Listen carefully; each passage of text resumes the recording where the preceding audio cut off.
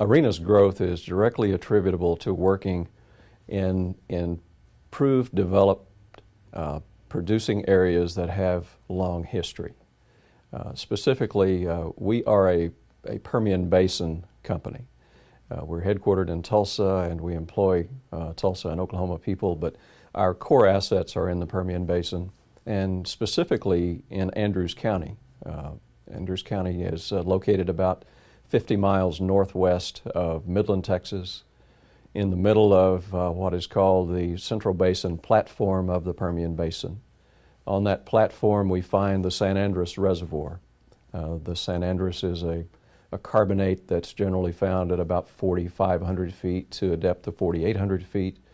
It is a long-term producing reservoir that has been in continuous production for 50 plus years. Our growth is directly tied to acquiring San Andres producing properties that have upside in the form of additional development drilling, secondary recovery, and ultimately tertiary recovery. We made a significant purchase in late 2004 that involved about 11,500 acres in Andrews County and in the Furman Moscow field. These properties had been in continuous production for 50 plus years, had a very predictable and a mature production life. We were able to discern that the wells that were drilled did not drain all of the oil that was present within that 40-acre proration unit. Historically speaking, the major oil companies were the developers of the fields primarily and originally, and generally speaking, most of these fields were developed on a 40-acre producing basis. We determined that one well will not drain 40 acres. And as a result of that determination, we felt like we could drill between two 40-acre wells and have the opportunity to produce as much or more than the original wells produced. The truth in that theory always comes in drilling and the results of the drilling. We have found, and we did find, that our development drilling resulted in wells that were as good as or slightly better than the original offsetting wells. So that led us to believe and proved our theory that a well would not drain 40 acres and that we could drill a well on a 20-acre spacing and have significant recoveries. And ultimately, we've determined that we can drill a 10-acre offset to the 20-acre well and have similar recoveries. And as a result of these findings, we are able to accurately predict the growth of both our production and our reserves. That growth is fairly easy to determine because we do have such long-term history to review. So our growth was basically the result of the level of intensity that we worked to develop those reserves. When we bought the property in 2004, it produced about 200 barrels per day gross from about 160 wells. We have drilled 450 wells since April of 2005, and that gross production is now north of 8,000 barrels per day. Our company net production has grown from less than 200 net barrels per day to in excess of 7,000 barrels net per day as a result of this development program. Actually, we started acquiring properties in New Mexico. Originally, we acquired properties in Oklahoma and in central Texas and North Texas. And in 2003, we made our first acquisition in the Permian Basin, which was actually in Lee County, New Mexico. Lee County, again, is the furthest east county in southeastern New Mexico.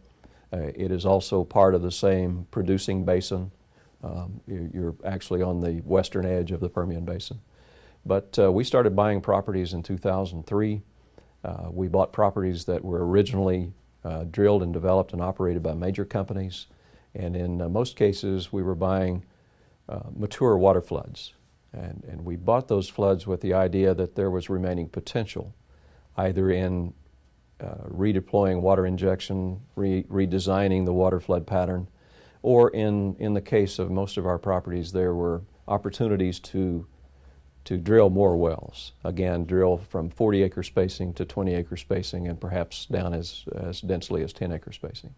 We anticipate that the Furman Moscow San Andres field will ultimately be enhanced through CO2 recovery. There are currently no CO2 projects in the field, but there are very viable and successful CO2 projects north in the Wasson Field around Denver City, Texas, further north in the Slaughter Field. And all of those areas have been very successful in terms of recoveries enhanced through CO2. We are aware of Sand Ridge's development and their success further south and west of our Furman Moscow properties.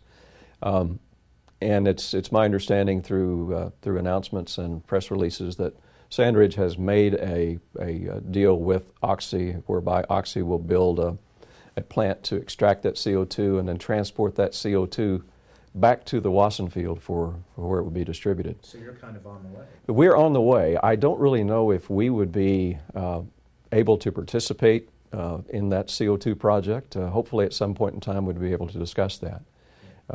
We do have another opportunity in the fact that Kinder Morgan has a CO2 line that crosses our acreage position in the Furman Moscow. Great. And we would hope at the appropriate time that we would open up those discussions and have an opportunity to purchase some CO2 or create a project to delineate our ideas. Our plan right now would call for us to begin to seriously investigate CO2 in probably 6 to 7 years. We have a tremendous amount of activity remaining ahead of us in the Furman Moscow field to fully develop our acreage on 10-acre spacing. We are currently drilling with 4 rigs in the field. 4 rigs will drill about 300 wells per year, and we have roughly 1,800 potential locations remaining to be drilled. So at current rates, we can drill another 6 years before we're fully developed on 10-acre spacing. There is precedent in the area that 5-acre spacing will also be economically viable and rewarding. We have an offset operator that has been drilling 5-acre spacing wells for the past year. And preliminary reports indicate that the 5-acre wells are performing almost exactly as the 10 and 20-acre wells perform. We are very confident. And that confidence comes from the fact that Arena is staying the course in terms of remaining focused on developing the Furman Moscow field. That development has been very rewarding. It's been fairly predictable. You can look at what Arena has done in the past and fairly well gauge what's going to happen in the future. The one parameter that dictates our growth is how many rigs do we employ. When we started the project in 2005, we drilled with one rig for the first year. We went to 2 rigs the second year, 3, and then 4 in June of this year.